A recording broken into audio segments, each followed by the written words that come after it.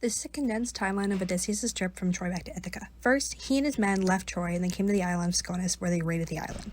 Then they came to the island of the Lotus Eaters. Then was the cyclops Polyhemus. Odysseus blinded him to escape after taking his sheep.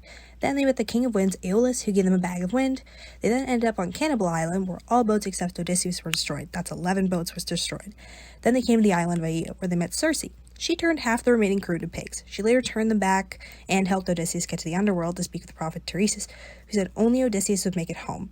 They then returned to Aeaea, and Circe warned him about the sirens. They eventually made it to Helios, and the remaining crew killed the holy cattle, and were all later killed by Zeus. Odysseus ended up being the only one left. He then ended up on Calypso's island, and was held captive there for 7 years. Athena, meanwhile, convinced the other gods to force Calypso to set him free.